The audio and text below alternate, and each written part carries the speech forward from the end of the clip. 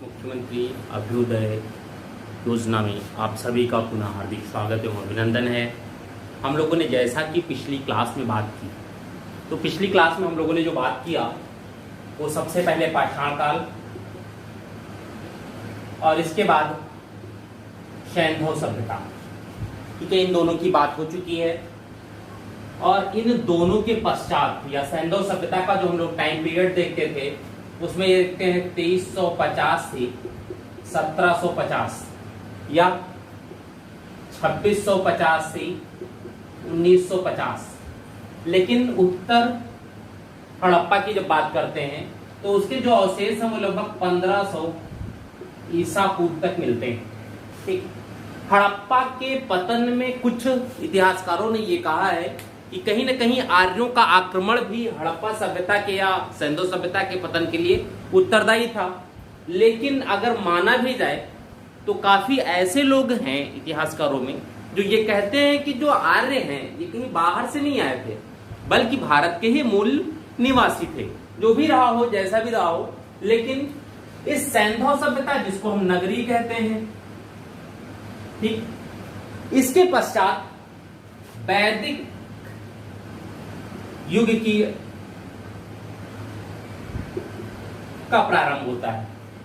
और इस वैदिक युग में देखते हैं कि पहले प्रारंभ में कबीलाई संस्कृत है, ठीक है, और यहां पर युद्ध इत्यादि लगातार होते रहते हैं। लेकिन बाद में देखते हैं कुछ समय बाद कि अस्थाई निवास और अस्थाई कृषि का प्रारंभ हो जाता है और इसमें एक व्यवस्था आ जाती है और वही व्यवस्था आगे चल करके धीरे धीरे राजतंत्रों के और गणतंत्रों के रूप में उदय होती है। ठीक है, तो आज हम लोग प्रारंभ करते हैं वैदिक युग क्या था, कैसे इसके सोर्स मिले, क्या चीजें थी, आर्य कौन थे, इनकी प्रशासनिक व्यवस्थाएं इत्यादि क्या थी और जो सोर्स मिले उसमें क्या है, क्योंकि यहां से कुछ क्वेश्चन लगातार पूछे जाते हैं तो उस पर हम लोग थोड़ी सी बात तो जरूरी है। वैदिक युग,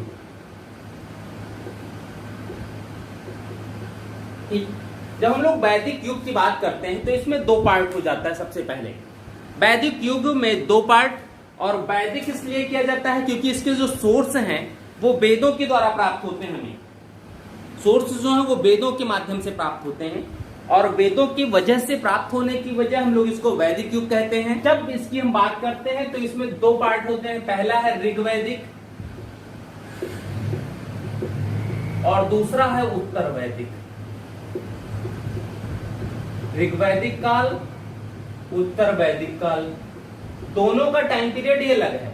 ऋग्वैदिक काल का जो टाइम पीरियड है वो है 1500 से 1000 बीसी और उत्तर वैदिक काल का जो है वो 1000 बीसी से 600 बीसी। ठीक, अब ये टाइम पीरियड का विभाजन क्यों हुआ, नाम क्यों हुआ, भाई है तो एक ही चीज है सब, ठीक है, लेकिन विभाजन क्यों हुआ, कारण क्या है कि इस पीरियड में लोहे की खोज नहीं हुई थी या लोहा नहीं मिला था। अभी जल्दी का एक हाल का शोध है, उसमें तो ये कहा गया लगभग 1500 के आसपास गाजीपुर के पास में एक है उत्खनन स्थल, वहां से साक्ष्य मिले हैं। जो भी रहा हो, यहाँ ये कहते हैं लगभग 1000 बीसी के आसपास लोहे की खोज हो गई और जब लोहे की खोज हुई तो इससे अस्त्र शस्त्र इत्यादि सब मजबूत आ गए।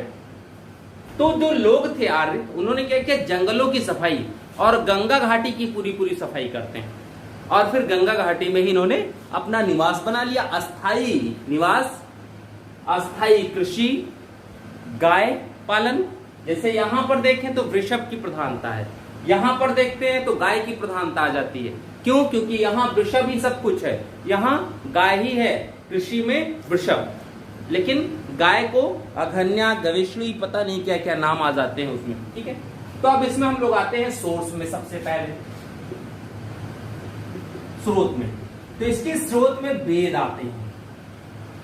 ठीक, और वेदों में जो सबसे प्रमुख है पहला वेद, उसको कहते हैं ऋग्वेद। ठीक, ऋग्वेद, सामवेद, यजुर्वेद और अथर्ववेद, ये 4 वेद हैं और इन चारों वेदों से लगातार क्वेश्चन आते रहे हैं, अक्सर कर क्वेश्चन आए हैं। तो हम लोग सबसे पहले ऋग्वेद की बात करते हैं। अब ऋग्वेद की जब बात करते हैं तो ये कहते हैं यह आर्यों का प्राचीनतम ग्रंथ है और पवित्र भी है। प्राचीनतम ग्रंथ और पवित्र ग्रंथ आर्यों का, और इसमें यह कहा जाता है ऋग्वैदिक काल में जो सारी जानकारी का स्रोत है वो यही ग्रंथ से प्राप्त होता है। ऋग्वैदिक काल का अधिकतर सोर्स यहीं से प्राप्त होता है। कहां से? ऋग्वेद से। और इस वेद में देवताओं की स्तुति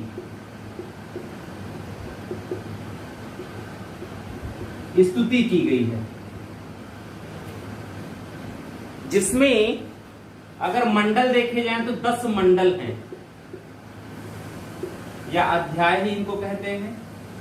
और इन 10 मंडलों में 2 से लेकर के 7, 2, 3, 4, 5, 6, 7 ये जो मंडल हैं ये प्राचीन हैं। 1, 8, 9 और 10 ये 4 मंडल जो हैं अध्याय ये बाद के हैं, ऐड किए गए ऋग्वेद में। अब समस्या क्या है कि इसमें जब हम लोग देखते हैं टोटल तो इसमें 10 मंडल, 1028 सूक्त, कुछ जगहों पर बात किया जाता है तो 1017 सूक्त, ठीक है, 1017 सूक्त और 10,580 ऋचाएं हैं। 10,580 ऋचाएं अर्थात मंत्र का उल्लेख किया गया है, ठीक है, ये चीजें हैं। अब ऋग्वेद के मंडलों के जो रचयिता हैं, रचना काल की जो बात आती है वो 1500 से 1000 ईसा पूर्व के बीच में मानी जाती है। लेकिन रचयिता की जब बात करते हैं तो प्रत्येक मंडल के अलग अलग रचयिता हो जाते हैं, ठीक है, प्रत्येक मंडल के अलग अलग रचयिता हैं और प्रत्येक मंडल में अलग अलग चीजें भी दी हुई हैं।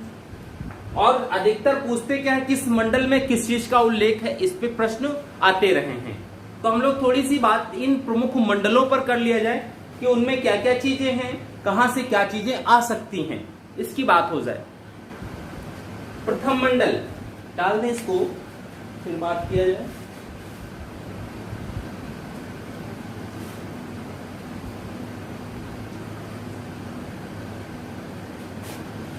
ठीक है, प्रथम मंडल देखिए, इस मंडल के विषय में यह कहा जाता है जैसे बाद की रचना है, ये 1000 के बाद की रचना है और इसमें यह कहा जाता है ये कण व ऋषियों के द्वारा लिखा गया है। कण ऋषियों के द्वारा लिखा गया और इसमें लगभग 50 सूक्त हैं, 50 सूक्त। इसमें जो उल्लेख है वो 20 राजाओं के युद्ध का उल्लेख आता है, 20 राजाओं के युद्ध का उल्लेख आता है इसमें, ठीक है। दूसरा जो मंडल है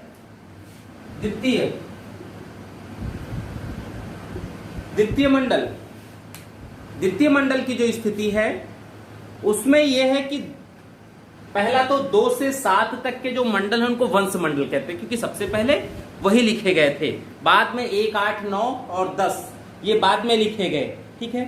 अब कहते हैं वंश मंडल में जो प्रारंभ होता है कोई भी चीजें, उसमें सबसे पहले अग्नि और दूसरे स्थान पर इंद्र, इनकी स्थिति होती है। भाई कोई भी मंडल प्रारंभ हुआ तो उसमें जो प्रथम सूक्त है वो अग्नि को और दूसरा इंद्र को, ये एक परंपरा है 2 से 7 तक की, ठीक है, इनको संबोधित है। और कहते हैं वंश मंडल के ऋषियों को सामूहिक रूप से, जो भी वंश मंडल के हैं, प्रगाथा कहा गया, ठीक है, जैसे 2 से 7 तक के, इसको वंश मंडल कहते हैं। और इनके जो ऋषि हैं इनको प्रगाथा कहा गया है, ऋषियों को, ठीक है। और 2 से 7 तक के जितने भी मंडल है उसका जो प्रारंभ होता है वो पहला सूक्त, प्रथम सूक्त अग्नि को तथा द्वितीय सूक्त इंद्र को समर्पित है, ठीक है। अब देखिए दूसरा मंडल गुत्समद, इनके द्वारा रचित किया गया, ठीक है। और ये कहा जाता है जो गुत्समद हैं वो विश्व के पहले मैकेनिकल इंजीनियर थे, अभियंत्रिकी, ठीक है। ये विश्व के प्रथम अभियंत्रिकी हैं, इनके विषय में कहता है पहले इंजीनियर हैं, विश्व के प्रथम इंजीनियर है ये। तृतीय मंडल यह विश्वामित्र द्वारा लिखा गया, ऋषि विश्वामित्र, नाम तो सुना ही होगा इनका अच्छे से, ठीक है। इनको पहला धर्मगुरु माना जाता है। कहते हैं कि इसी तृतीय मंडल में, इसी मंडल में गायत्री मंत्र का उल्लेख है। ये बहुत पूछा जाता है गायत्री मंत्र का उल्लेख किस मंडल में है, ठीक है। तो यहीं पर गायत्री मंत्र का उल्लेख है, गायत्री मंत्र का उल्लेख है। और इस गायत्री मंत्र की रचना विश्वामित्र ने अनार्यों को आर्य बनाने के लिए किया था, ठीक है। इसकी रचना अनार्यों को आर्य बनाने के लिए किया, ठीक है। यानी ऐसे लोग जो आर्य नहीं थे उनको गायत्री मंत्र के द्वारा शुद्ध किया जाता था और फिर उन्हें बनाया जाता था। गायत्री को यह कहा जाता है यह सूर्य का रूप में प्रातः काल की देवी थी, ठीक है। गायत्री माता, गायत्री परिवार ही है पूरा, ठीक है। और आज तो काफी है। चौथा मंडल जो है चतुर्थ मंडल जो है वह वामदेव का है और इसमें कृषि यंत्रों या कृषि से संबंधित उल्लेख है, कृषि मंत्रों का उल्लेख है। इसमें कृषि विधा की भी बात की गई है, बहुत सी चीजें बताई गई हैं कृषि विधा से संबंधित, तो उनका भी यहां उल्लेख किया गया है, ठीक है। पांचवा आत्री ऋषि का है ये, इसको रचना आत्री ऋषि से संबंधित है ये। छठा ये भारद्वाज ऋषि, नाम इनका भी सुना होगा, ऋषि भारद्वाज, ठीक है। इलाहाबाद में तो ऋषि भारद्वाज का आश्रम ही है और भगवान राम जब वन प्रस्थान करते हैं तो वहां पर इन्होंने रुके भी थे और भारद्वाज ऋषि के द्वारा ही इन्हें बताया गया था कि आपको दक्षिण जाना चाहिए ताकि रामा से युद्ध हो सके, ठीक है। वो सब एक कहानी है, ठीक है। अब सातवां जो मंडल है वो वशिष्ठ का है, ऋषि वशिष्ठ का है ये, ठीक है। और यह पूरा का पूरा मंडल जो है वरुण देवता को समर्पित है। साथ ही साथ इसमें दासराग युद्ध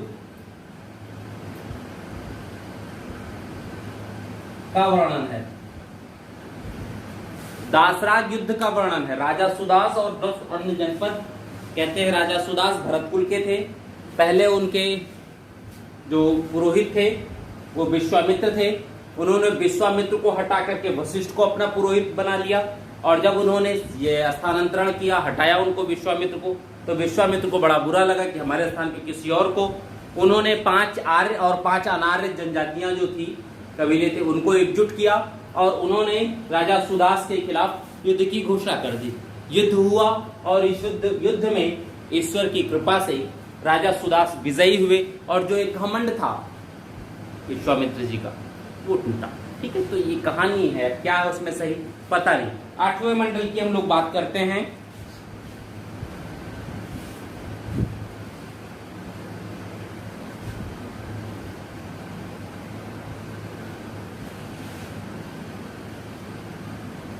आठवां मंडल कण्व ऋषि का है। ठीक है, 8वां कण्व का है। 9वां बहुत ज्यादा जरूरी नहीं है 9वां। ठीक है, कहते हैं यह सोम देवता को समर्पित है।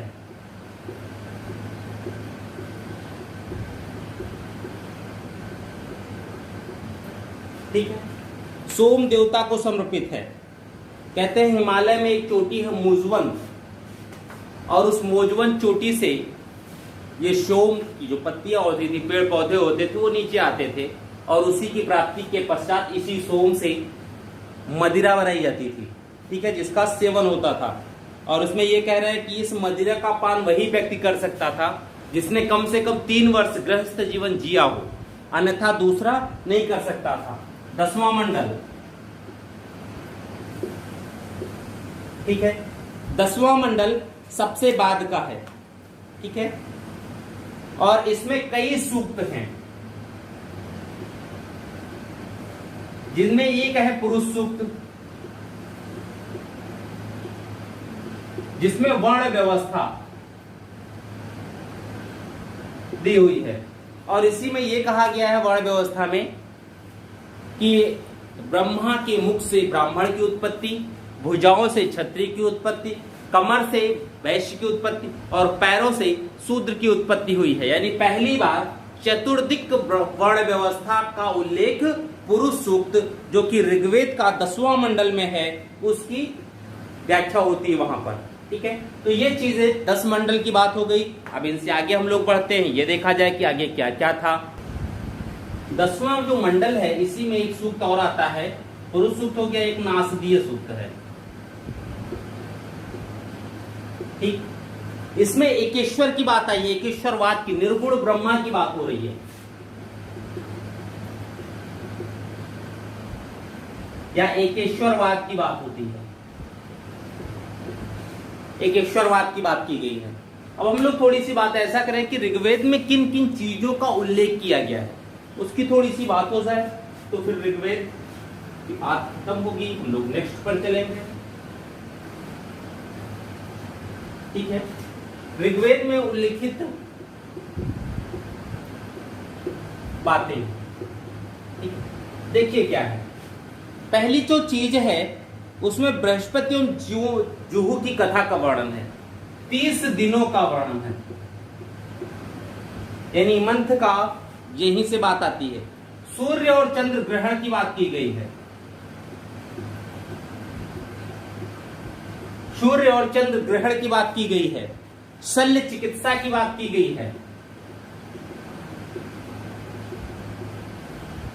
अस्तोमा सद्गमय का उल्लेख है, प्रेम विवाह का उल्लेख है, बहुत सी ऐसी बातें हैं जिनको हम आज के समय में उनका पालन भी करते हैं या उपयोग भी करते हैं। वो सारी चीजें ऋग्वेद में उल्लिखित हैं और उनका पालन भी किया जाता है।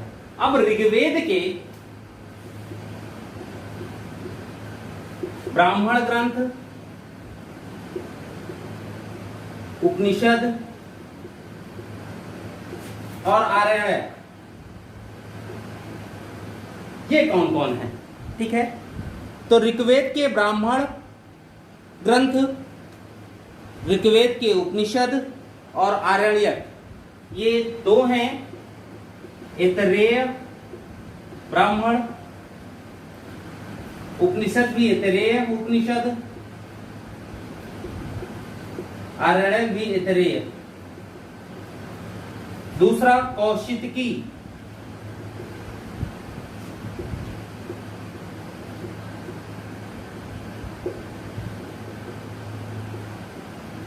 कौशितकी ये हैं। अब ब्राह्मण ग्रंथ अगर ऐतरेय वही सब सेम है यहां पर। अब ये देखिए कि इन ब्राह्मण ग्रंथों में भी किस चीज का उल्लेख किया गया है। ठीक है, आरण्यक ऐसे हैं जो जंगल में लिखे गए, उपनिषद बाद में लिखे गए, ब्राह्मण ग्रंथ इनको पढ़ने के लिए इनकी विवेचना होगी।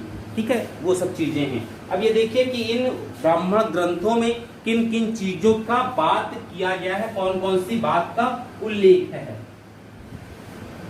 ऐतरेय, ठीक है, सबसे पहले हम लोग लेते हैं ऐतरेय ब्राह्मण।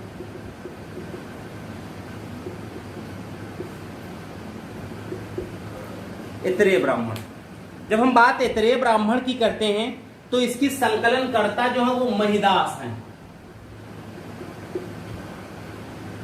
ठीक, चूंकि इतरा के पुत्र होने का, इतरा इनकी मां का नाम था, इसीलिए इनको महिदास ऐतरेय कहा जाता है।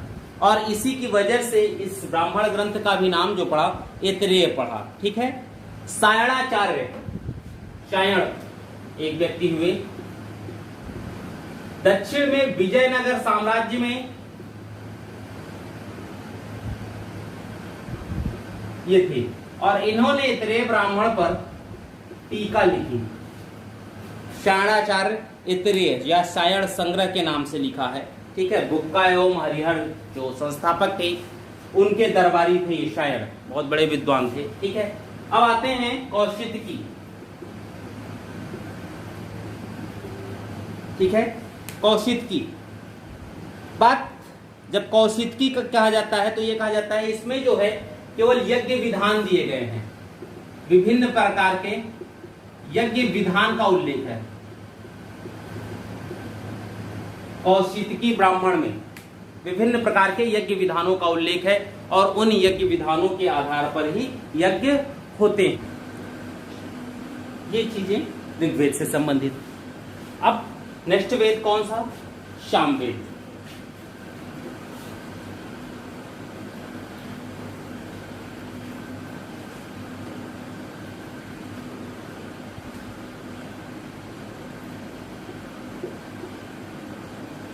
सामवेद संगीत से संबंधित है। सामवेद जब हम बात इसकी करते हैं तो ये कहते हैं साम का अर्थ होता है गाना, वैसे तब यानी संगीत से संबंधित। सर्वप्रथम सा रे गा मा का जो भी है ये यहीं पर मिला है सामवेद में। सबसे पहले संगीत की जो धुनियां हैं इसी से मिला है। कहते हैं सामवेद के प्रथम दृष्टा जो है वो जैमिनी थे। ठीक है। लेकिन सुकर्मा ने इसका विस्तार किया था, यानी इसका प्रथम दृष्टा जैमिनीय, लेकिन उसको विस्तार दिया सुकर्मा ने। प्रथम दृष्टा जैमिनीय, विस्तार दे रहे हैं सुकर्मा। इसमें जो मंत्रों की संख्या है वो है 1869। टोटल मंत्र 1869 हैं। ठीक है। और समस्या ये है कि इसको ऋग्वेद से अभिन्न माना गया है।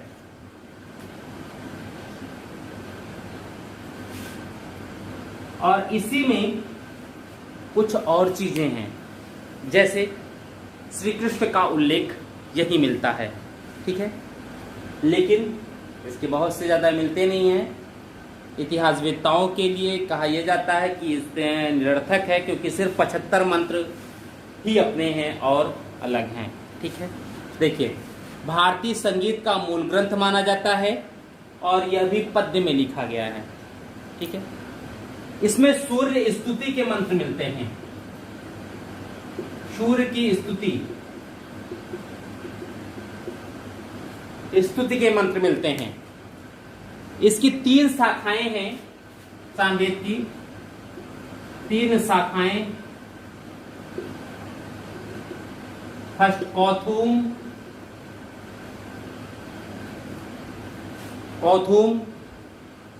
संहिता,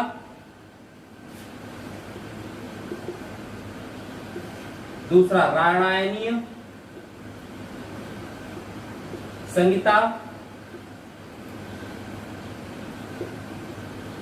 और तीसरा कपिस्थल। ठीक है, सॉरी, जैमिनीय प्रथम दृष्टा जो है संहिता। ये 3 शाखाएं इनकी कौथुम, रामायणीय और जैमिनी, ये 3 संहिताएं हैं, जिसमें यह कहा जाता है कि सबसे अधिक वर्णित जो है यही है। सबसे अधिक वर्णित वर्णित कौथुम संहिता ही है, ठीक है, या प्रचलित है। अब इनके ब्राह्मण ग्रंथ कौन कौन से थे इसकी बात किया जाए, क्योंकि इनके ब्राह्मण ग्रंथों की संख्या ज्यादा है। आरण्यक भी इनके पर्याप्त हैं। ब्राह्मण ग्रंथ, सामवेद के ब्राह्मण ग्रंथ फर्स्ट, ठीक है। पहला है पंचविश ब्राह्मण।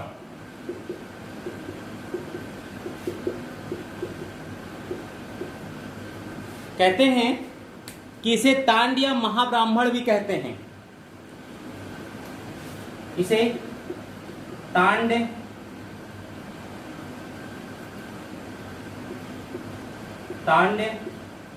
या महाब्राह्मण,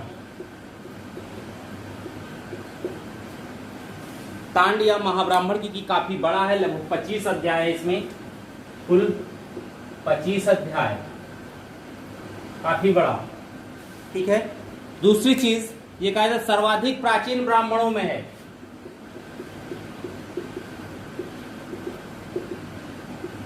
प्राचीन ब्राह्मणों में, ठीक है।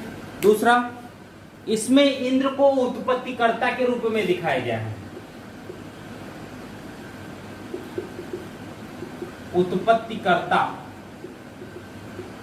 इंद्र को उत्पत्तिकर्ता के रूप में दिखाया गया है। दूसरा, षड्विश ब्राह्मण,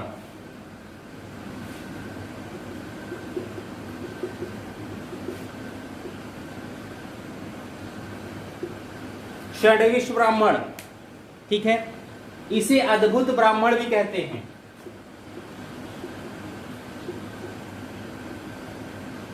इसमें जादू टोना, यहीं से मिलता है जादू टोना, भूकंप आदि के निदान का वर्णन है, निदान का वर्णन है। जादू टोना और भूकंप के निदान की कैसे इसको ठीक किया जा सकता है, ठीक है। लेकिन इसे ये कहा जाता है कि ये पंचविश ब्राह्मण का परिशिष्ट है, यानी अलग नहीं है, उसी से जुड़ा हुआ है। नेक्स्ट आता है वंश ब्राह्मण, ठीक है। इसमें ऋषियों की वंशावलियां दी गई हैं।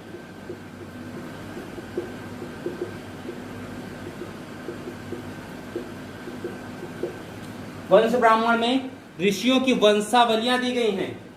चौथा है साम विधान ब्राह्मण। किसके ब्राह्मण है सब? सामवेद के, ठीक है। साम विधान में विभिन्न प्रकार के व्रतों का वर्णन है।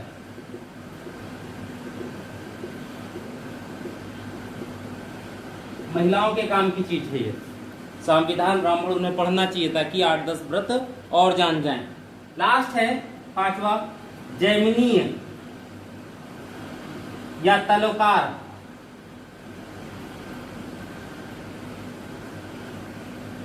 जैमिनीय या तलोकार ब्राह्मण, कहते हैं यह पंचविश से भी ज्यादा प्राचीन है, सर्वाधिक प्राचीन। पंचविश ब्राह्मण से भी ज्यादा प्राचीन है, ठीक है। अब 2 आरण्यक हैं इनके, किसके? सामवेद के। आरण्यक कौन कौन से? इनके आरण्यक जैमिनीय व छांदोग्य, 2 जैमिनीय व छांदोग्य आरण्यक, ये इनके 2 आरण्यक। अब उपनिषद की बात आती है, तो उपनिषद कौन कौन से हैं?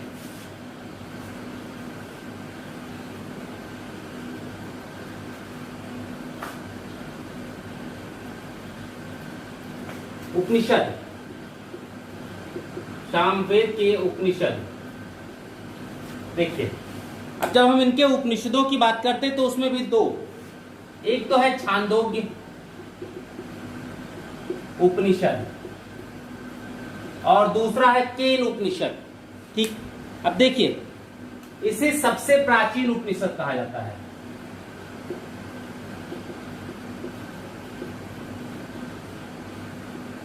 सबसे प्राचीन उपनिषद माना गया इसे। ठीक, सर्व खल्विदम ब्रह्म, यानी ब्रह्मा ही सब कुछ है कहकर अद्वैतवाद की बात की गई यहां इसमें। सर्व खल्विदम ब्रह्म, अद्वैतवाद यानी इकलौता ब्राह्मण ही है ना, उसकी बात हो रही है, स्थापना की गई। हालांकि ऐसी जो उक्ति है कि सब कुछ ब्रह्म ही है, केशववाद की बात की गई, वही सब कुछ करता है, ये ऐसी चीजें मुंडकोपनिषद में मिलती हैं। ठीक है, कृष्ण का सबसे पहला उल्लेख जो है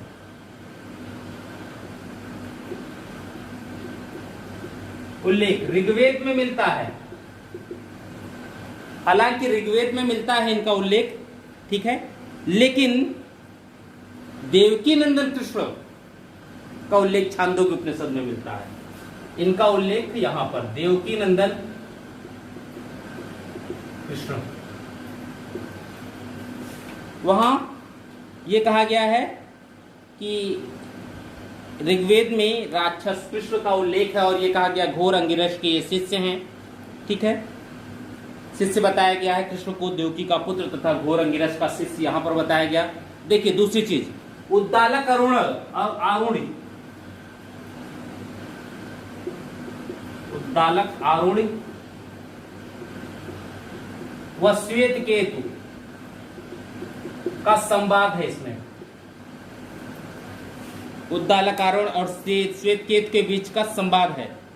विवाह गीतों का उल्लेख किया गया इसमें। विवाह गीत बहुत से हैं, विवाह गीत आते हैं। ठीक है, ये चीजें इसमें आई हैं। दूसरा है केन उपनिषद। केन उपनिषद किसका है? ये सामवेद का। कौन कौन? छांदोग्य और केन, दो उपनिषद किसके? सामवेद के है। ठीक है, कहते हैं उषा हेमवती आख्यान का वर्णन है इसमें केन उपनिषद में। ठीक है, और यहां से ज्यादा कुछ पूछा नहीं जाता है केन उपनिषद। ये हो सकता है कि यहां से ये पूछा जा सकता है कि केन उपनिषद किससे संबंधित है। यहां पर जो भी है गुरु शिष्य का संवाद दिया गया है वो भी प्रश्नोत्तर शैली में। गुरु शिष्य का संवाद है प्रश्नोत्तर शैली में। ठीक है, तो ये था सामवेद। नेक्स्ट हम लोगों का यजुर्वेद।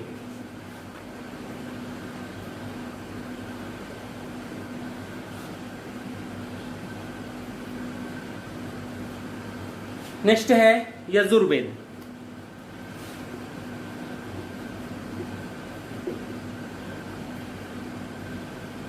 यजुर्वेद की हम लोग बात कर रहे हैं। यजुर्वेद,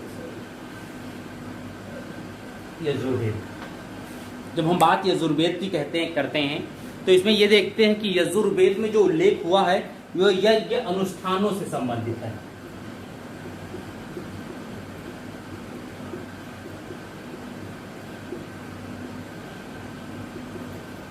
पहले रजवाड़े जो होते थे तो एक से एक यज्ञ हुआ करते थे। ठीक है, दूसरा इस यजुर्वेद से हम लोग उस समय की राजनीतिक और सामाजिक स्थिति का भी परिचय प्राप्त कर लेते हैं। सामाजिक व राजनीतिक स्थिति का परिचय मिलता है इससे। ठीक, दूसरी चीजें, इसी ग्रंथ में पहली बार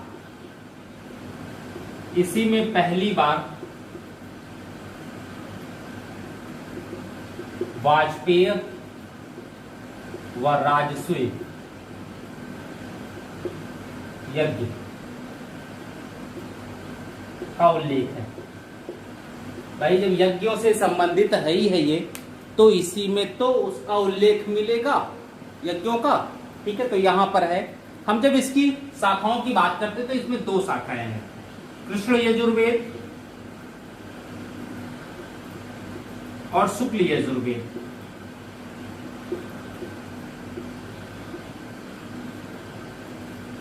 कृष्ण यजुर्वेद, शुक्ल यजुर्वेद। ठीक है, और इन्हीं शाखाओं के अनुसार इनके ब्राह्मण ग्रंथ या पाठ आते हैं। ठीक है, अब देखिए इनके कौन कौन से हैं। कृष्ण यजुर्वेद के सबसे पहले मैत्रायणी, पहला मैत्रायणी संहिता। दूसरा इनका काठक संहिता।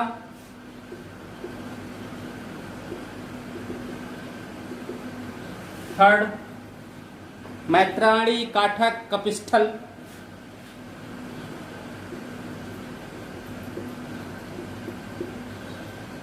कपिस्थल संहिता। और फोर्थ तैत्तरीय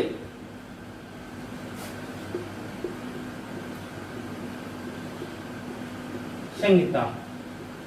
ये चार हो गए किसके? कृष्ण यजुर्वेद के। शुक्ल यजुर्वेद की बात करते हैं तो इसके भी दो हैं। कौन कौन? पहला है माध्यान्दिन और दूसरा है कठी है, हाँ। दूसरा है कणो संहिता, मध्यान्दिन और कणो संहिता। अब ये देखिए कि इन चीजों में मिला क्या क्या है, उल्लेख किन किन चीजों का है। ठीक, ये चार हो गए, 4 2 6 हो गए शुक्ल और उसमें। अब देखिए, अब इनके वेद देखते हैं कि इनके वेद क्या क्या हैं। ठीक, सॉरी वेद तो है ही है, यजुर्वेद तो बात है ही है। हम लोग अब इनके उपवेद या ब्राह्मण ग्रंथ देखते हैं। ठीक है, ब्राह्मण ग्रंथ देखते हैं इनके। तो ब्राह्मण ग्रंथ, जब हम इनके ब्राह्मण ग्रंथ की बात करते हैं तो कृष्ण यजुर्वेद का अलग ब्राह्मण ग्रंथ है और शुक्ल यजुर्वेद का अलग ब्राह्मण ग्रंथ है। कृष्ण यजुर्वेद का तैत्तरीय और शुक्ल यजुर्वेद का शतपथ। शतपथ से क्वेश्चन लगातार लगभग आते रहे हैं और अक्सर कराया है।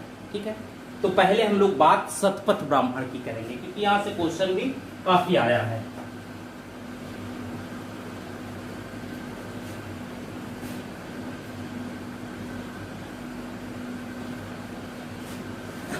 शतपथ ब्राह्मण देख लें आप।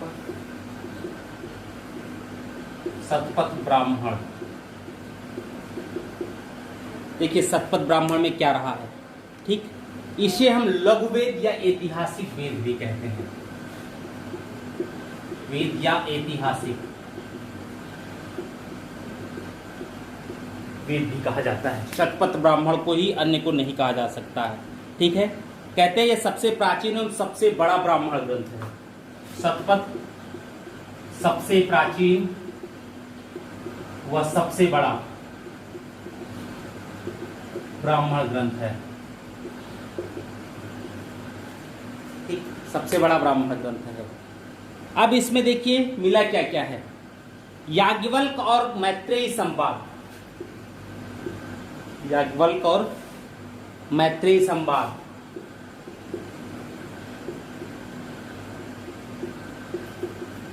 मैत्रेयी संवाद। दूसरा विदेह माधव की कथा, विदेह माधव, विदेह माधव की कथा। पुरुष मेय यज्ञ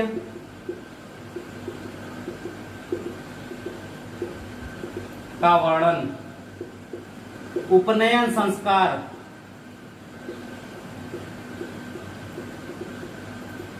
ये भी होता था, इसका भी उल्लेख यही मिलता है। राम कथा, जल प्लावन की कथा,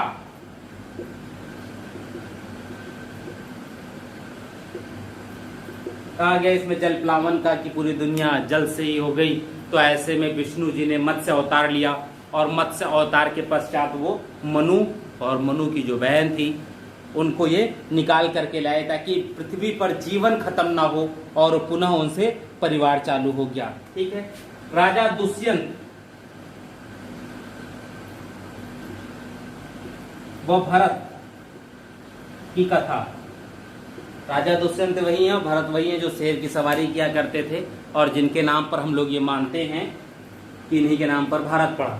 दुष्यंत और उर्वशी जो अप्सरा थी उनकी प्रेम कहानी की बात है इसमें। ठीक है, कृषि संबंधित क्रियाएं, कृषि संबंधित क्रियाएं इसी में मिली हैं। ठीक है, पुरुरवा और उर्वशी जो अप्सरा थी उनका आख्यान भी यही मिलता है। ठीक है, शतपथ ब्राह्मण में ही स्त्री को अर्धांगिनी कहा गया है। सबसे पहली बार यहीं पर उसे अर्धांगिनी कहा गया है। ठीक है, तो ये शतपथ ब्राह्मण की कुछ प्रमुख चीजें हैं, जहां से कुछ क्वेश्चन आते हैं कि ये चीज कहाँ उल्लेख है, ये कहाँ उल्लेख है, तो ये शतपथ ब्राह्मण में सारी चीजें उल्लेख हैं। अगर यहां से कुछ आ जाए तो आप उसे बता सकते हैं। ठीक है, नेक्स्ट देखिए, आरण्यक की जब बात करते हैं तो यजुर्वेद के जो आरण्यक हैं उनमें बृहदारण्यक,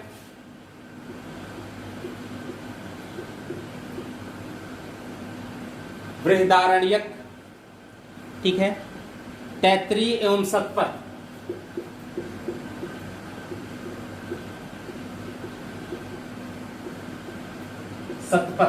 तैत्तिरीय व शतपथ ये आरण्यक हैं इनके। तैत्तिरीय आरण्यक में अहिल्या, जिनको भगवान राम ने पैर से मार करके छुआया तब वो पुनः हुई, उनके ऊपर श्राप था, वो पत्थर की बन गई थी। भगवान राम जब आए यहाँ पर और जा रहे थे जंगल में, उसी समय उन्हें छुड़ाया, उन्होंने उनको मुक्त किया। ठीक है, ये इनके आरण्यक हैं। जब उपनिषदों की बात आती है, इनके उपनिषद की बात आती है, तो उपनिषदों में भी देखिए बृहदारण्यक उपनिषद, यहां से प्रश्न आता है अक्सर। ठीक है, क्योंकि याज्ञवल्क्य गार्गी संवाद यही मिलता है।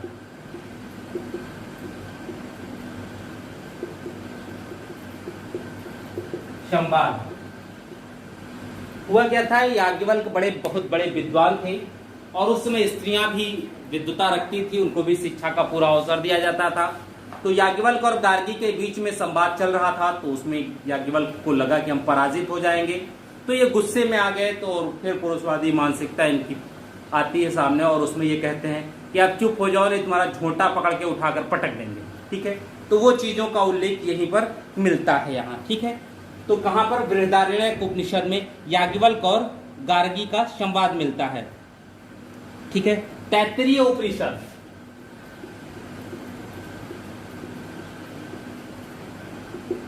तैत्तिरीय उपनिषद, यहां देखिए, यहां पर जो उल्लेख मिलता है उसमें यह कहा गया है, सदा सत्य बोलो,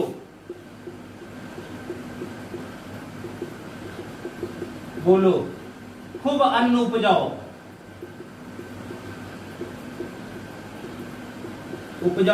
और अतिथि देवो भव,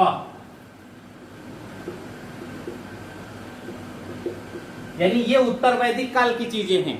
अन्न की जब बात आ गई तो ये उत्तर वैदिक काल की चीजें हैं। इसी में गुरु के द्वारा, ये जो है गुरु के द्वारा अपने शिष्य को उपदेश है कि ये काम करो। ठीक है, गुरु के द्वारा अपने शिष्यों को उपदेश है।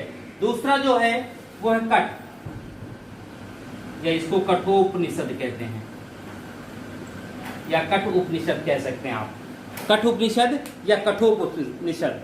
इसमें यम नचिकेता संवाद है, यम नचिकेता संवाद दिया गया है। कहां पर, कठोपनिषद में यम और नचिकेता का संवाद दिया गया है। ठीक है, इसी उपनिषद में सांख्य शब्दों की जानकारी मिलती है।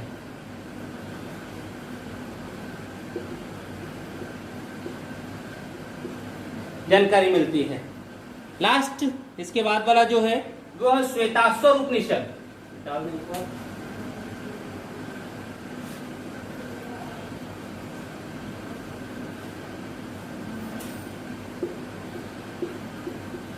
श्वेताश्वर उपनिषद, श्वेताश्वर उपनिषद देखिए, इसमें योग क्रियाएं, योग एवं यौगिक क्रियाओं का उल्लेख है।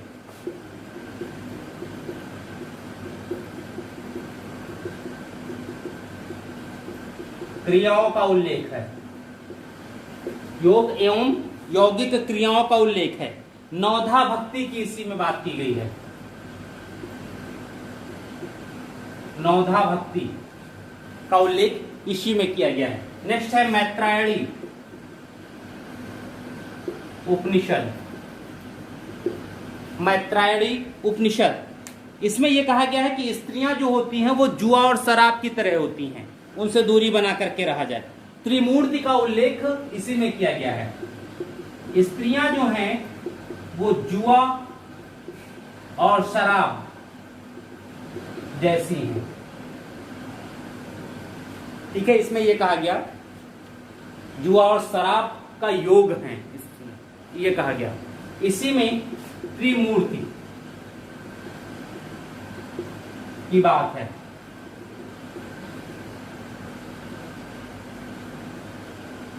त्रिमूर्ति की बात कही गई, यानी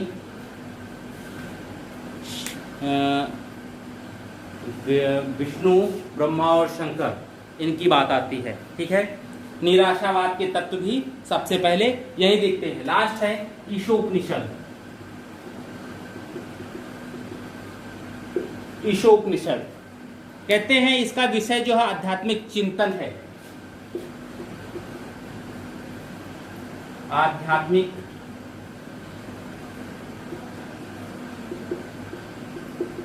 चिंतन, निष्काम कर्म की बात की गई है इसी में। निष्काम कर्म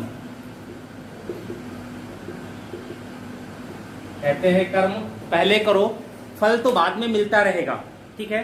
तो ये किसके? यजुर्वेद। अब लास्ट हम लोगों का जो बचता है वो है अथर्ववेद।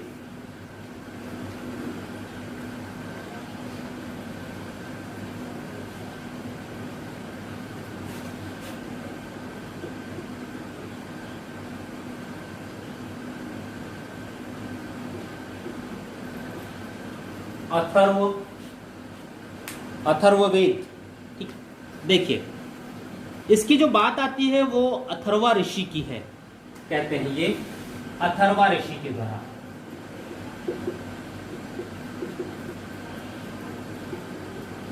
अथर्वा ऋषि, इन्हीं के द्वारा इसकी रचना की गई। जो भी चीजें थी वो इन्होंने ही सबसे पहले किया।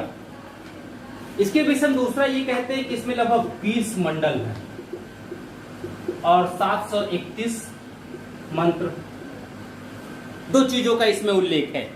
पहला तो है तंत्र मंत्र का, तंत्र मंत्र का उल्लेख मिलता है। और दूसरी चीज आती है औषधि विज्ञान की। औषधि विज्ञान का उल्लेख मिलता है,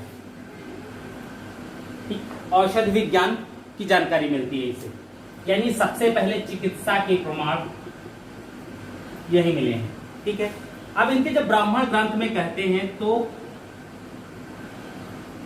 एक ही है गोपथ। आर्यवर्त इनका कोई नहीं है, उपनिषद कोई नहीं है, सिर्फ एक ब्राह्मण ग्रंथ मिलता है जिसे हम कहते हैं गोपथ ब्राह्मण। और ये ब्राह्मण ग्रंथ सबसे बाद का है, सबसे बाद का ब्राह्मण ग्रंथ है। इसके बाद का कोई और ग्रंथ नहीं आया, ठीक। अब देखिए इसमें बातें क्या क्या हैं।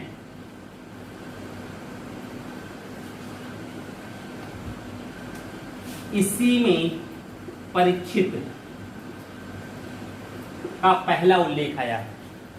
परीक्षित कौन? वही अभिमन्यु के पुत्र। अभिमन्यु कौन? वही अर्जुन वाले बेटे, ठीक है, जिनको चक्रव्यूह में घेर करके मार दिया गया था और फिर परीक्षित को जन्म लिया परीक्षित ने, ठीक है। इसमें उल्लेख है परीक्षित का, और परीक्षित को यहाँ पर मृत्यु लोक का देवता कहा गया है। परीक्षित को मृत्यु लोक का देवता कहा गया है, ठीक है। परीक्षित को संगीत का नायक कहा गया है और विश्व जनित राजा की उपाधि दी गई है यहाँ पर। कहाँ? अथर्ववेद में। दूसरा, मगध और अंग व अंग का उल्लेख है, यानी महाजनपद काल की बात आ गई। उस समय तक जन जो हैं जनपद में परिवर्तित हो चुके रहे होंगे, इसीलिए इन सब चीजों का उल्लेख आ रहा है। अयोध्या का उल्लेख अथर्ववेद में है, इसका उल्लेख अथर्ववेद में है। अयोध्या का उल्लेख यही मिलता है अथर्ववेद में, ठीक है, ठीक है। वैसे ऋग्वेद के 10वें मंडल में भी अयोध्या का उल्लेख आया है। इसका ऋग्वेद के 10वें मंडल में भी है, लेकिन ये जो 10वां मंडल है ये बाद का है, अथर्ववेद के बाद का है। इसलिए सबसे पहला उल्लेख अगर अयोध्या का आ जाए तो वो कहाँ पे है? अथर्ववेद में है, क्योंकि ऋग्वेद के 10वें मंडल में उल्लेख है, लेकिन ऋग्वेद का जो 10वां मंडल जोड़ा गया वो बहुत बाद में जोड़ा गया। किसमें? ऋग्वेद में। उससे पहले उसमें 10वां मंडल नहीं था। ठीक है, कहा गया है। अब नेक्स्ट चीज देखिए, जनता द्वारा राजा के चुनाव का उदाहरण मिलता है।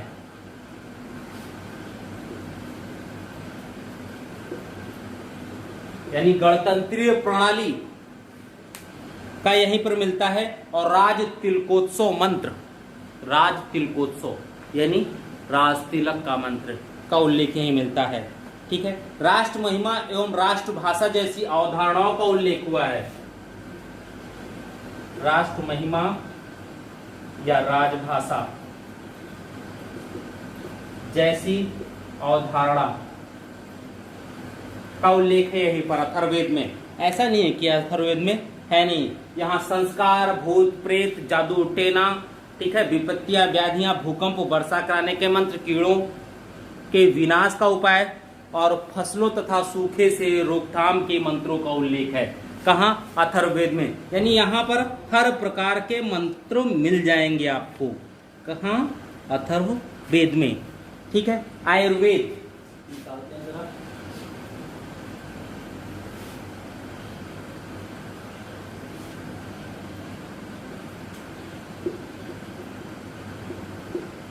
आयुर्वेद, जब आयुर्वेद की बात आती है तो ये तुरंत चिकित्सा से जीवन का विज्ञान कहा जाता है, का पहला उल्लेख यही मिलता है। यानी चिकित्सा यहीं पर है ये। ठीक है, और इसका सेकंड पार्ट है। इसमें अथर्ववेद में कहा गया है कि युद्ध से पहले मस्तिष्क में युद्ध लड़ा जाता है, पृथ्वी पर तो बाद में लड़ा जाता है। यानी युद्ध की स्ट्रेटजी या रणनीति के विषय में भी इसी में उल्लेख किया गया है।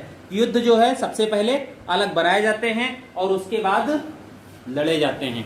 ठीक है, अब देखिए इसका कोई भी उपनिषद नहीं है, सॉरी उपनिषद हैं, सॉरी उपनिषद हैं, आरण्यक नहीं है इसका कोई।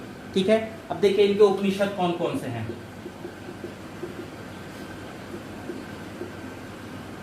इसके अथर्ववेद के उपनिषद मुंडक उपनिषद, मुंडकोपनिषद,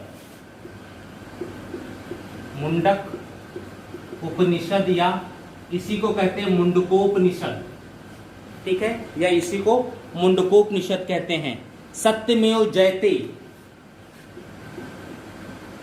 सत्यमेव जयते मुंडकोपनिषद से लिया गया। इसी में कहा गया यज्ञ एक टूटी हुई नौका के समान है।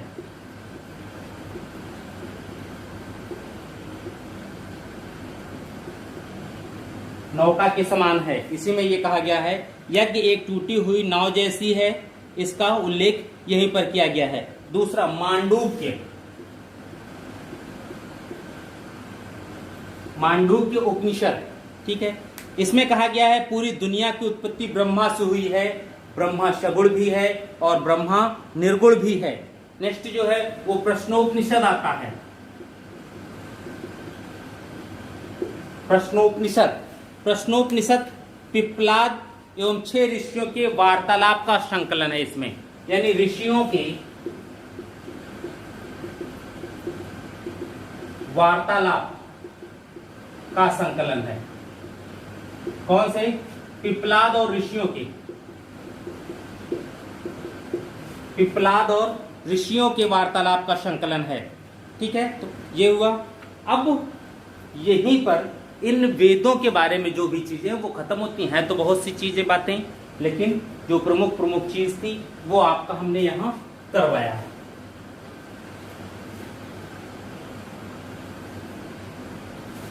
अब हम लोग आते हैं, ये देखा जाए कि कैसे चीजें आगे बढ़ती हैं, क्या सामाजिक दशा थी, क्या राजनीतिक दशा थी और क्या क्या चीजें क्या क्या कब हुई, कैसे हुई।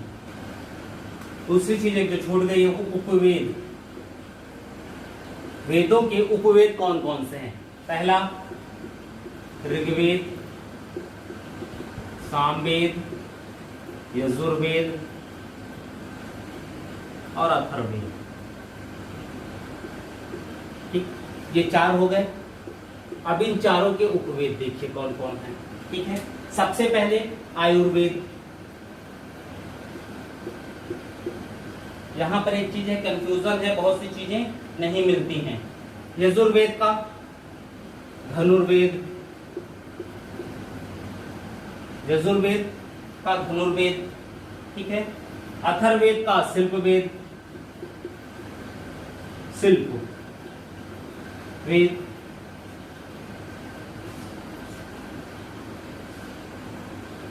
और सामवेद का गंधर्व वेद।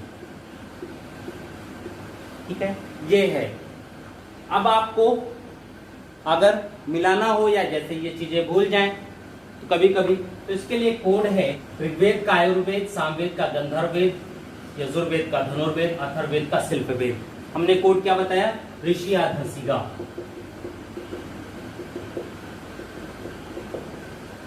अब धसिगा को जब आप करेंगे तो ये सीरियल आ जाएगा।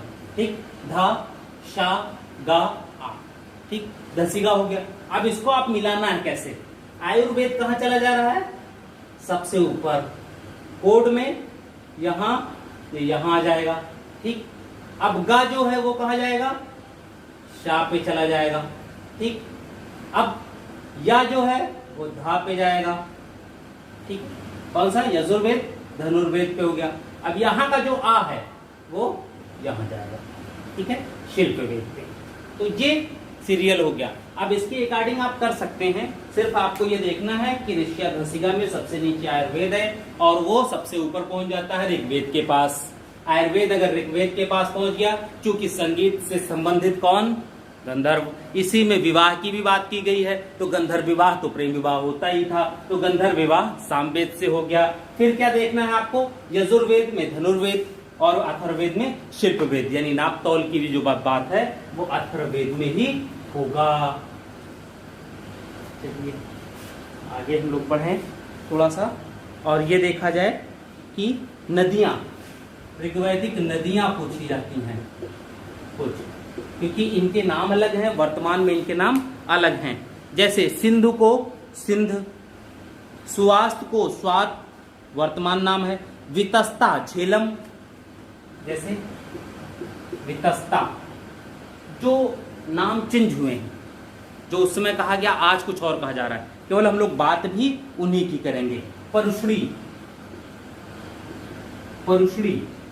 ठीक है, दूसरी नदी है शतुद्री, शतुद्री। ठीक है, फिर है दृष्टवती,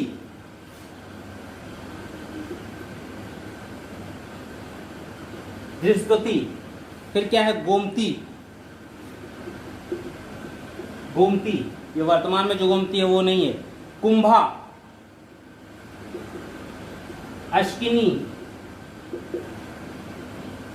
अश्किनी, शदानीरा।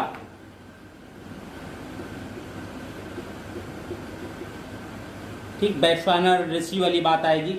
विपाशा, हीरोइन की बात नहीं हो रही यहां। ठीक है, ये नदियां हैं। वितस्ता झेलम को कहा जाता था। ठीक, वितस्ता कौन? झेलम। परुष्णी रावी नदी, शतुद्री सतलज, दृष्टवती घग्घर, गोमती गोमल, कुंभा एक कुर्मा नदी थी या काबुल से जो निकलती थी, है ना, इसको काबुल नदी भी या कुर्मा भी कहते हैं। ठीक, अस्किनी, अस्किनी चिनाब को कहा गया। सदानीरा गंडक, विपाशा व्यास। ठीक है, ये प्रमुख नदियां हैं जिनका आज अलग अलग नाम आ गए। ठीक है, तो ये चीजें पूछी भी जाती हैं, कई बार पूछी गई हैं। अब पूछी जाएगी आगे कि नहीं पूछी जाएगी, अब हम कैसे बता सकते हैं, लेकिन स्वाभाविक है कि यहाँ से पूछा जाता रहा है, लगातार पूछे जाते रहे और लोग कंफ्यूज भी होते हैं, बहुत सी गलत करते हैं। तो ये चीजें हैं कि आपका गलत ना हो, प्रमुख यही है। और जो नाम है वो लगातार लगभग सेम है, सिंधु सिंधु हो गई। ठीक है, फिर सुवास्तु स्वात, ये जल्दी पूछा नहीं गया है, ठीक है। और जो नदियां हैं वो पूछी गई, अधिकतर इन्हीं नदियों का उल्लेख मिलता है, तो यही नदियां थी भी उस समय, ठीक है। चलिए आगे बढ़ते हैं हम। प्रशासनिक संस्थाएं,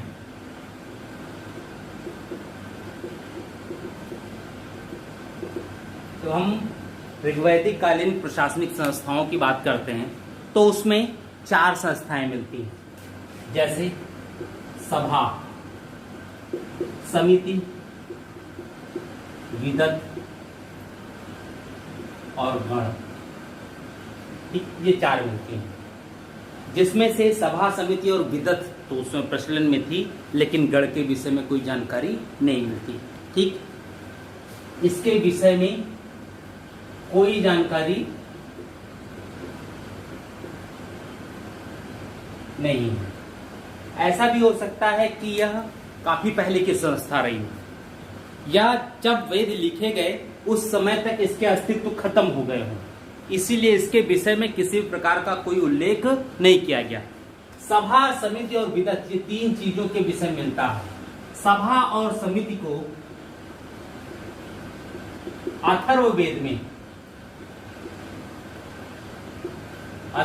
में प्रजापति की 2 पुत्रियां कहा गया है, ठीक है, सभा और समिति को। अब जब सभा और समिति की बात आती है तो यह देखा जाता है कि ऋग्वेद में सभा का उल्लेख 8 बार, समिति का उल्लेख 9 बार, विदत का उल्लेख 122 बार और गण का उल्लेख 46 बार आया है, ठीक है। यानी विदत का उल्लेख सबसे ज्यादा होने का मतलब है विदत सबसे ज्यादा फेमस रहा होगा, ठीक। अब देखिए, एक इतिहासकार है लुडविग, ये कहते हैं कि जो सभा थी, जो सभा है वो अपर हाउस था, यानी उच्च सदन था, और जो समिति है ये निम्न सदन है। यानी इस व्यवस्था में चुनाव राजा का जो है वो जनता करती थी, न कि वंशानुगत प्रणाली थी। लेकिन उत्तर वैदिक काल में देखते हैं तो चुनाव तो यहां होता था, लेकिन ज्यादातर राजा के बेटे को ही चुना जाता था, ये भी था। क्योंकि वर्ण व्यवस्था की जब बात करें तो उसमें भी सबके कार्य अलग अलग थे। सुरक्षा का काम अलग था, पूजा पाठ का काम अलग था, टैक्स देने का काम अलग था, और सेवा का काम लोगों का अलग था, ठीक है। तो अब इसमें एक एक का देखते हैं हम लोग। सभा, इसमें क्या होता रहा होगा, ठीक है। सभा को पाप का विमोचन करने वाला कहा गया, पाप का विमोचन करने वाली सभा को संस्था कहा गया। यानी यहां पर निर्णय जो लिए जाते थे, यानी न्याय इत्यादि के निर्णय लिए जाते थे, ठीक है। इसका जो अध्यक्ष था वो सभ्य कहलाता था, ठीक। और इसके जो सदस्य थे वो सुजात कहलाते थे। यानी इसमें सदस्यों की संख्या सीमित रही होगी, प्रत्येक व्यक्ति को सदस्य नहीं बनाया जाता रहा होगा, ठीक। अब आते हैं समिति पर। समिति साधारण लोगों की संस्था थी।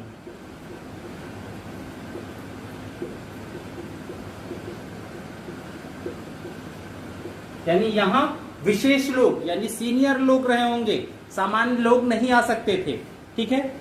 अब समिति का जो अध्यक्ष होता था उसे ईशान कहा जाता था। समिति के अध्यक्ष को ईशान कहा जाता था। कहते हैं समिति के लोग ही राजा का चुनाव करते थे। यानी सबसे महत्वपूर्ण संस्था क्या हो गई, समिति। लेकिन यही दोनों राजा पर नियंत्रण भी रखते थे कि राजा स्वेच्छाचारी ना हो जाए, उन पर नियंत्रण का काम भी यही करते थे। विदथ देखा जाए क्या,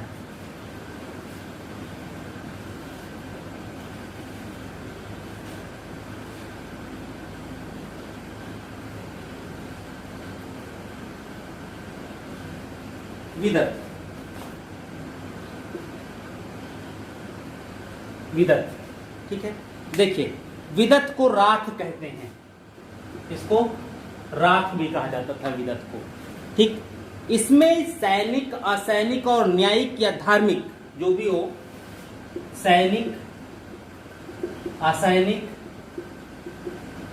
धार्मिक इत्यादि कार्यों से संबंधित यानी हर प्रकार का कार्य होता था।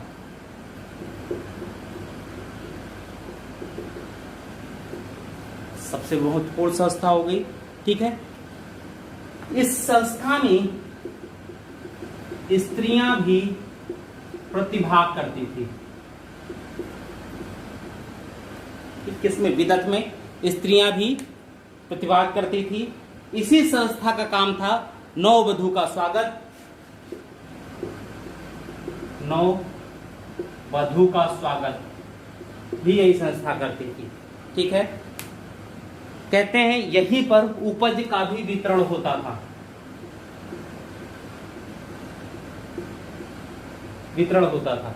यानी ऐसी संस्था जहां पर स्त्रियां भी प्रतिभाग करती हों, पुरुष भी प्रतिभाग करते हों, वहीं पर उपज का वितरण होता है। यानी पुरुष की आय व्यय की जानकारी स्त्रियों को भी रहती थी, ठीक है। तो ये संस्थाएं हो गई। गढ़ के विषय में कोई जानकारी ही नहीं है तो उसकी हम लोग बात ना करें, बस वो संस्था थी, उसका सिर्फ नाम आता है, लेकिन उनका क्या काम था इसका नहीं आता है।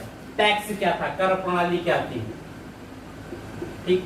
एक कर का नाम आता है जिसे कहते थे बलि, बलि, ठीक है। यही एक प्रचलन था और कहते हैं यही लिया जाता था। लेकिन बलि जो है ये भी नियमित नहीं था, नियमित नहीं है, ये भी स्वैच्छिक है। हम जब वैदिक काल की बात करते हैं तो ये स्वैच्छिक था।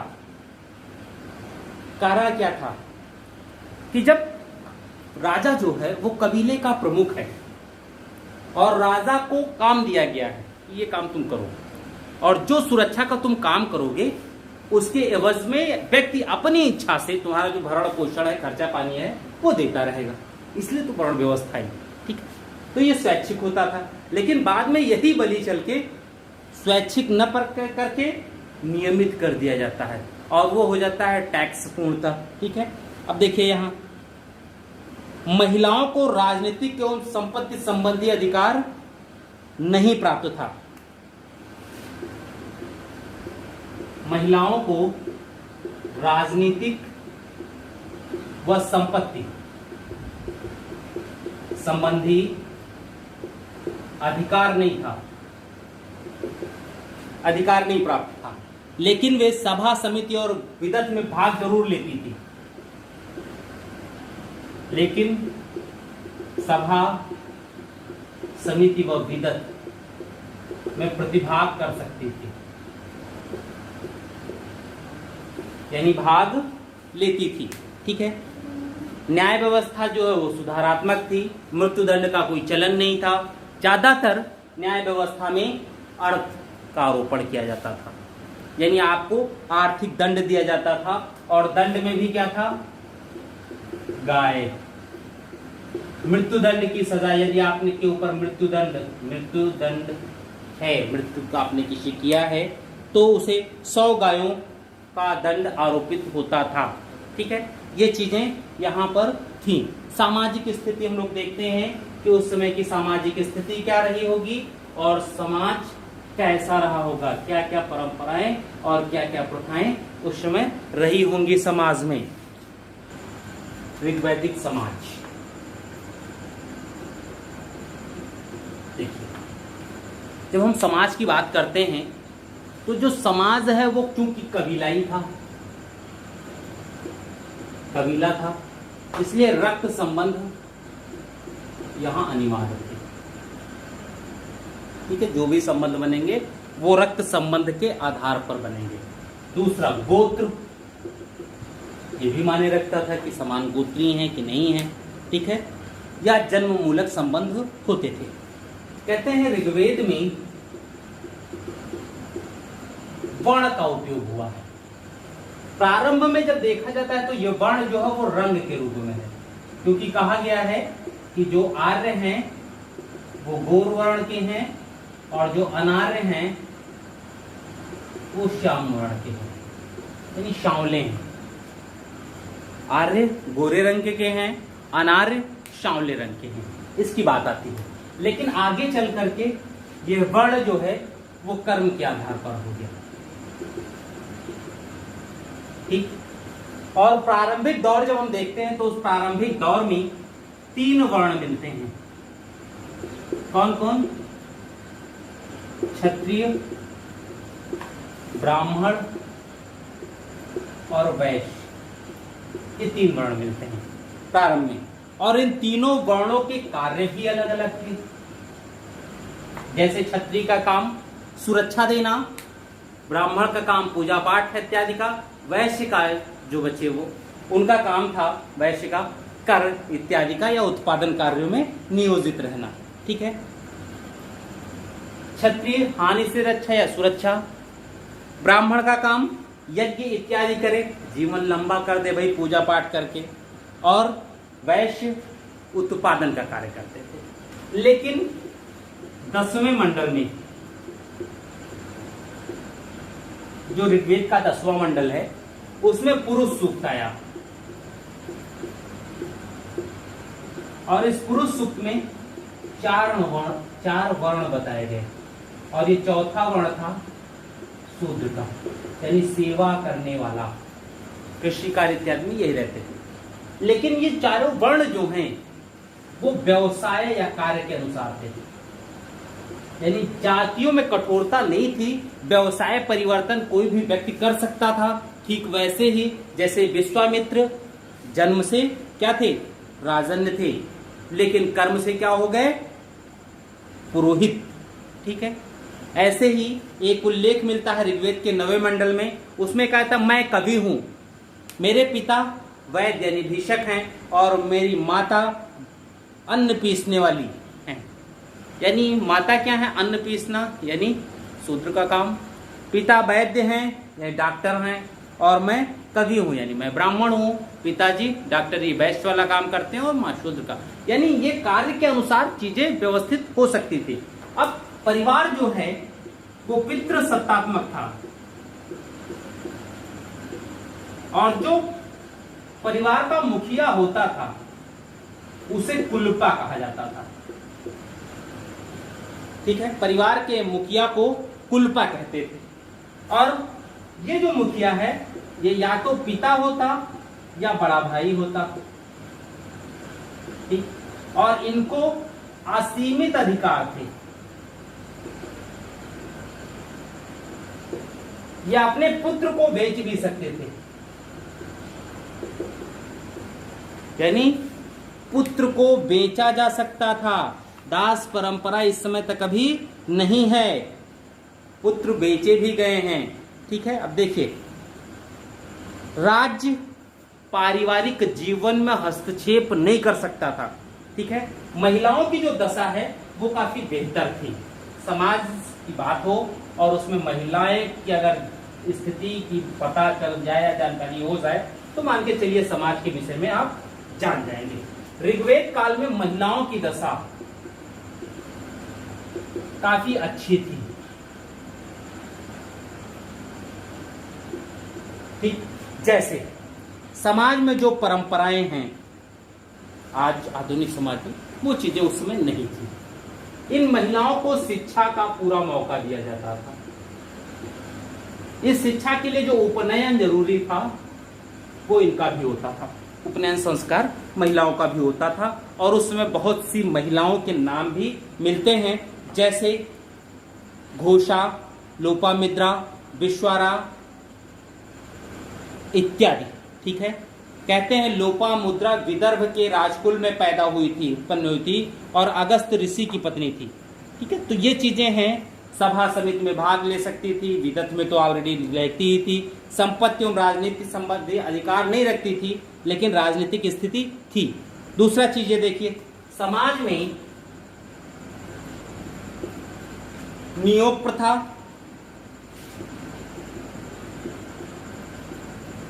विधवा पुनर्विवाह,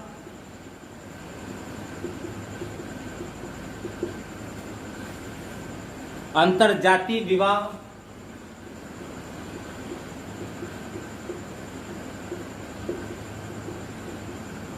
प्रचलित थे। सोचिए उस समय अंतरजातीय विवाह होता था, ठीक है। एकल विवाह, बहुपत्नी विवाह और बहुपतित्व विवाह का भी उल्लेख मिलता है। एकल विवाह, बहुपत्नी विवाह और बहुपतित्व विवाह, इसका भी उल्लेख मिलता है, ठीक है। देखिए और चीजें, बाल विवाह नहीं होता था,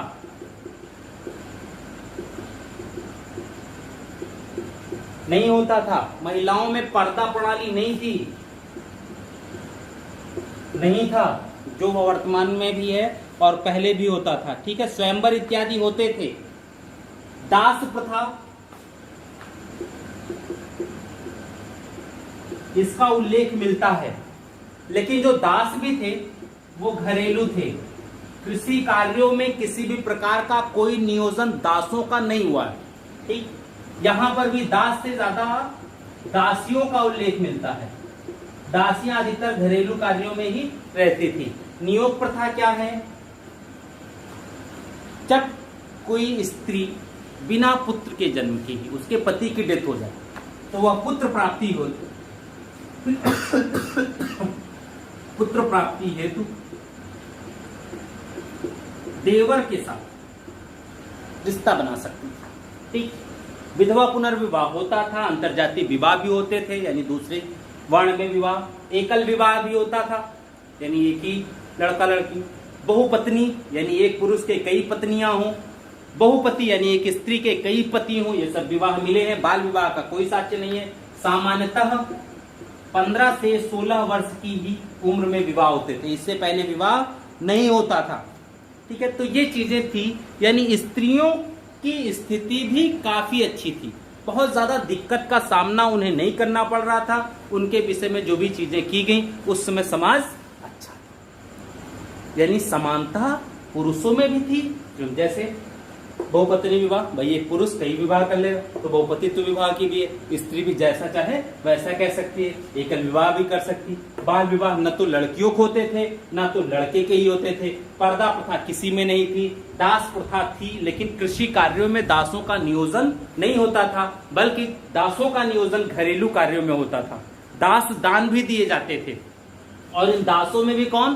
पुरुष दास नहीं, महिला दासियां होती थी ज्यादातर, क्योंकि घर के अंदर काम करना, महिलाओं के साथ ही काम करना तो पुरुष कैसे दे दिए जा सकते थे, तो वहां अधिकतर दासियां दी जाती थी। नियोग प्रथा किसी के लिए भी थी, कोई भी स्त्री ऐसी हो तो सिर्फ पुत्र प्राप्ति हेतु उनका होता था, अन्य नहीं होता था। विधवा पुनर्विवाह होता था, भाई पुरुष विदुर हो गया और वो विवाह कर सकता है तो स्त्री क्यों नहीं कर सकती थी। अंतरजातीय विवाह सबके लिए मान्य था, वो लड़का हो या लड़की हो। तो ये चीजें थी। थोड़ी सी और बात हम लोग कर लें।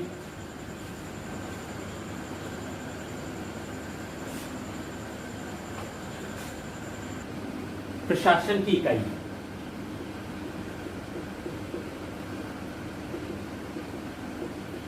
ठीक। जब हम ऋग्वैदिक कालीन की बात करते हैं तो यहां प्रशासन जन से स्टार्ट होता है। जन सबसे पहले, विश, ग्राम, और फिर ग्राम के बाद कुल। जन का जो प्रमुख होता था इसको गोपति, गोपति या जनस्य गोपा,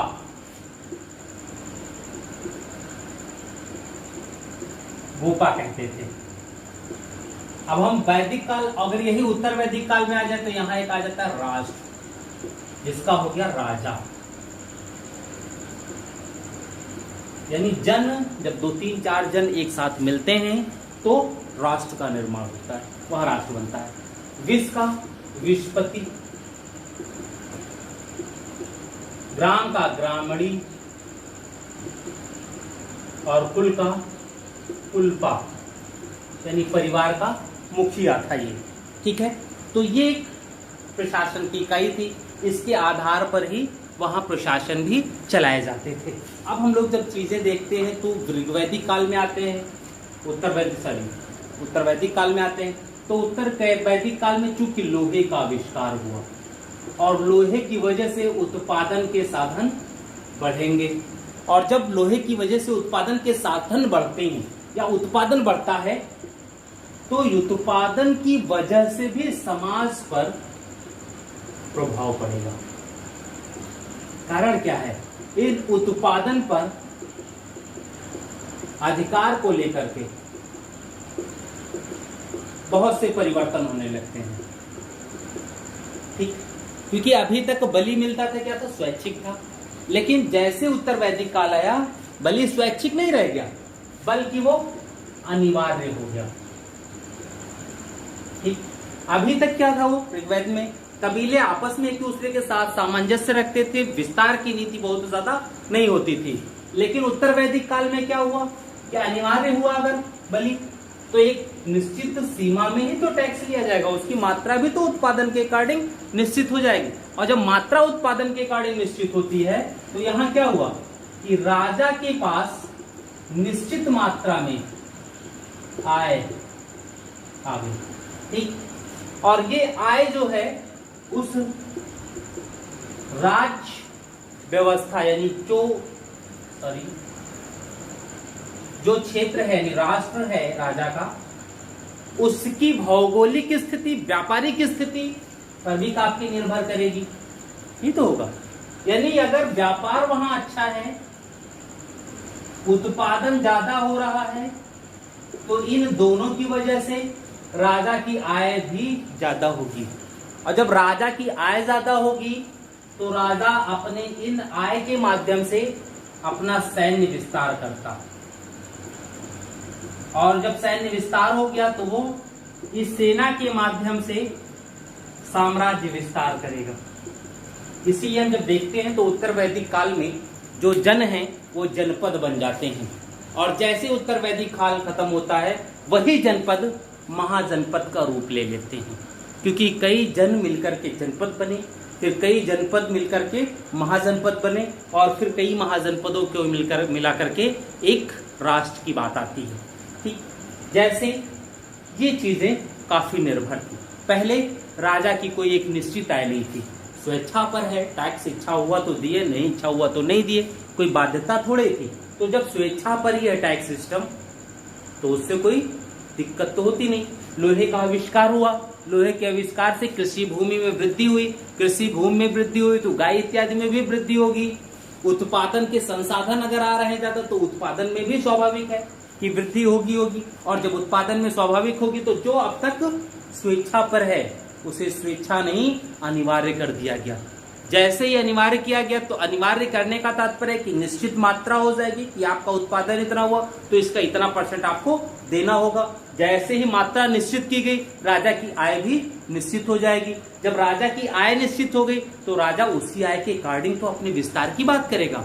उसको क्या लगेगा, अब अधिक से अधिक संपत्ति हम अर्जित कर सकते हैं, उसकी महत्वाकांक्षा में भी वृद्धि होती है, और जब उसकी महत्वाकांक्षा वृद्धि होती है तो वो अपने सैन्य विस्तार करता है, और सैन्य विस्तार के माध्यम से सेना बड़ी रखा आय आई रही है, और उस सेना के माध्यम से अपनी महत्वाकांक्षा की पूर्ति के लिए साम्राज्य विस्तार की इच्छा करने लगा। आक्रमण, आसपास के जनों को जीत लिया। जब जन जीते गए, 2-4 जन मिले तो क्षेत्र बड़ा हो गया, तो उसको एक नया नाम दिया गया जनपद। ठीक है, तो ये व्यवस्था थी पूरी की पूरी वैदिक काल, उत्तर वैदिक काल में। इसमें बहुत सी चीजें हैं जिसको हम लोग कवर नहीं कर सकते इतनी छोटी क्लास में, इसलिए जो भी है मैंने मोस्ट जो इम्पोर्टेंट थे जहाँ से क्वेश्चन आते हैं वो हमने बता दिया है। अधिकतर चीजें स्वाभाविक है कि आपके एग्जाम के पॉइंट ऑफ व्यू से अच्छा रहेगा।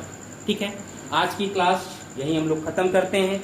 मुख्यमंत्री अभ्युदय क्लासेस से जुड़ने के लिए आप सभी का बहुत बहुत धन्यवाद। Thank you.